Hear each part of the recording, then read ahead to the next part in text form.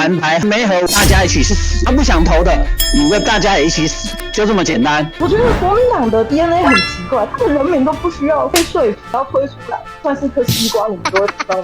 柯文哲的政治生涯已经结束了。年轻人会去支持柯文哲，是因为国民党的想法并没有办法跟年轻人想要的东西是接上了。如果国民党要乖乖听的话，年轻人又怎样？年轻人4年前投这个蔡英文，然后现在呢？你没有反省过你们自己蠢被蔡英文骗吗？台湾的民主是个笑话。民众党一个最大的问题就在于说，黄珊珊她是代表柯 P 那边的，你不是妥妥就是搅屎棍吗？我们先提前祝贺赖嫂当选。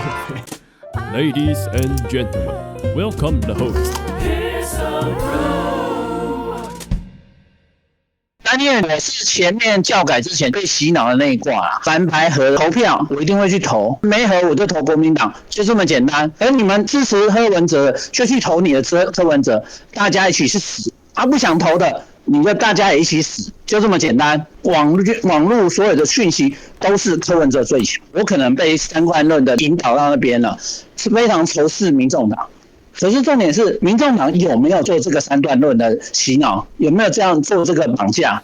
结果现在民众党的想法，我要当头，而国民党最好跪着求我来，你们负责出钱、出力、出人，我来分配位置，分配位置才是最重要的。OK， 之前已经讨论了，而现在的结果是3对3。OK， 那请问一下，现在要怎么做？民众党你们可以自己说嘛，你们想要什么嘛？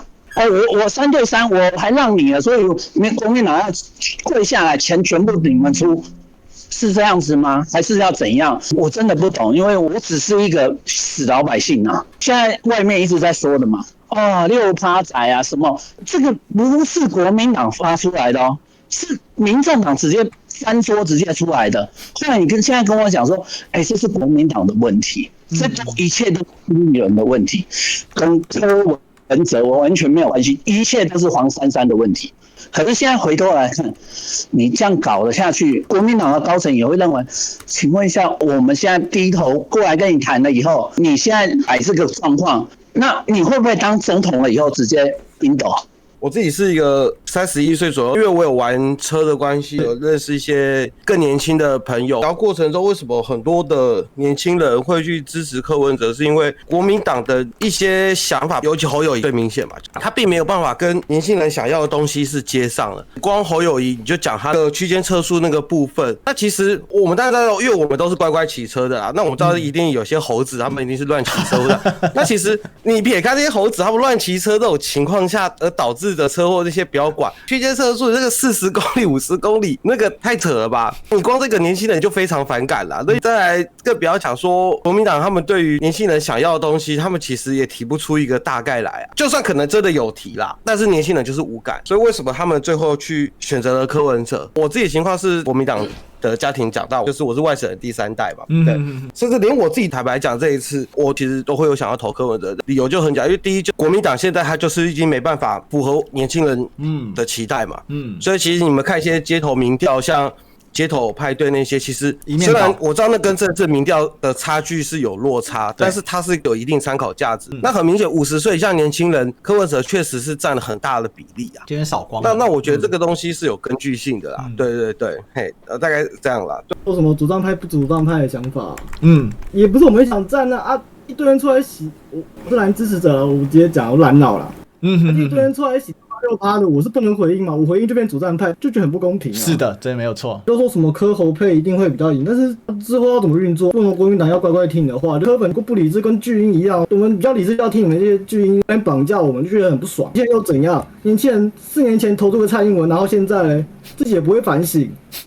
反省什么？反省蔡英文骗我们？你没有反省过你们自己蠢被蔡英文骗吗？你们都觉得很扯突然想到以前大家蛮讨厌的一个黑调的叫成龙，他说台湾的民主是个笑话。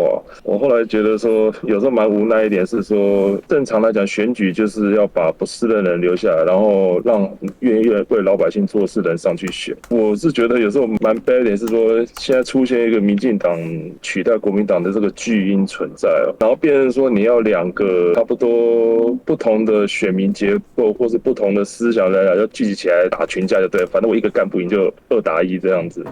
我觉得这个算符合民主嘛？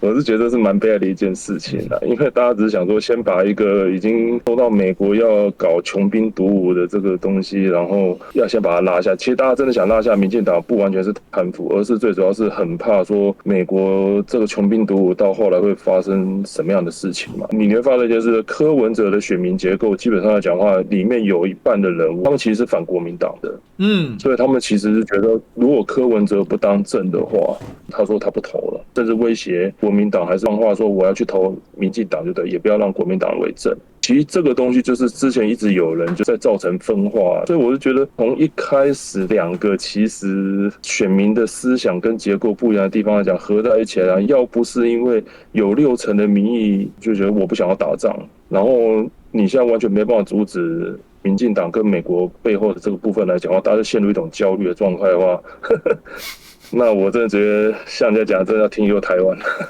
其实事实证明，就是说柯文哲基本上或许因为他敢公开干掉民进党，然后他又没有国民党以前那种白色恐怖或者228这种历史包袱在，所以说他的选民结构就是这个样子。如果选他当总统的话，主要大家支持他的原因，或许真的是这个样子。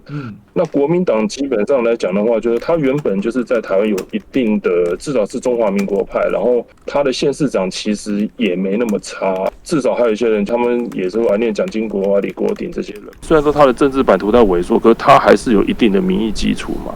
那你在这个情况下来讲的话，其实要不是大家就是害怕台湾变战场，不然的话，说真的好了，沙卡度就沙卡度啊。说真的，不然你不觉得很悲哀的一点，就是为什么民主选举搞到后来要用打群架的方式去弄？这是很荒谬一点嘛？就是为什么后来民进党可以那么大啦啦说这个不是政治分赃，什么是政治分赃嘛？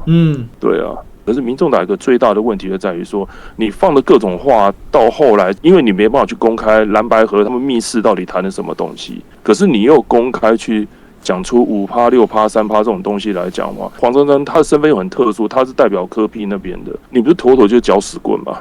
你如果真的破局来讲的话，我说真的，国民党如果真的很聪明的话，如果大家真的没办法合作的话来讲的话，那很简单，不合作之后来讲的话，请你们把密室谈的那一份公诸出来。那我是觉得更大的问题，其实我觉得大家思考点就是说，蓝白不合之后，接下来就是大家冷静思考，说立委绝对不要让民进党过半。这个才是大家去思考这个问题。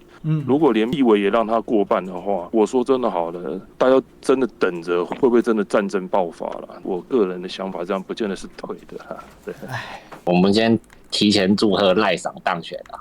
靠北，我觉得这一次蓝白合啊，柯文哲如果聪明一点的话，他事先在这个谈判之前就直接不认账，宣布破局。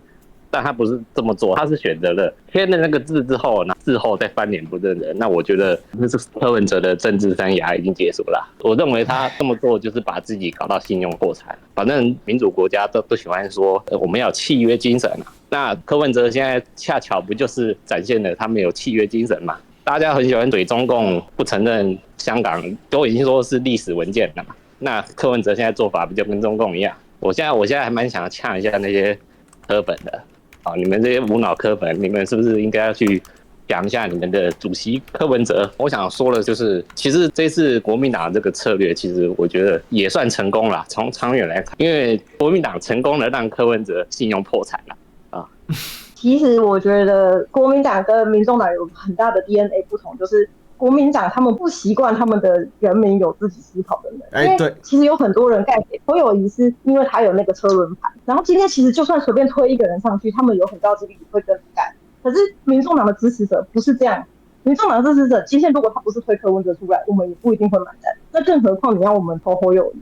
我要说的是，柯文哲的支持者是需要被说服。你们觉得我们很笨，但其实没有，我们一直都在思考，我们并没有真的像你们以为的那么蠢。再来，从郭台铭的行为就可以看得出来，今年朱立伦在破局郭台铭的时候，从头到尾都没有人要给郭台铭提。我觉得国民党的 DNA 很奇怪，他的人民都不需要被说服，我们只要推出来，这个人就是这个人，这个人就算是颗西瓜，你们都会涂上去，这真的很奇怪啊。那今天认真来说，你说为什么柯文哲要去签协议，然后为什么他要做这个决定？其实我自己觉得，我相信柯文哲是真的心系台湾的，就是他真的觉得这样下去会出事。签的那个当下，你可以说服我的支持者，让我当你的副手其实是没有关系。他其实一直到出来去上面对面的时候，他其实也试着透过镜头告诉他的支持者说他的难处。可是不管是不是绿营反串，其实我真的觉得应该有很多绿营的反串在煽动两边的人物，就是你看啊，其实柯文哲有很多的支持者也是觉得，好啦，那你其实也可以，只要你可以说服，我们需要被说服。今天你可以说服我，可能可以为了柯文哲的退让，我没有办法说服我的家人。那国民党的习惯就是我不需要去说服我的选民。对，然后你们就觉得别人都跟你们一样吗？这很莫名其妙啊！你今天叫我们去理解你的时候，你们有在理解我吗？没有啊，你就用跟郭台铭的方式在印上我们，然后我们就觉得莫名其妙。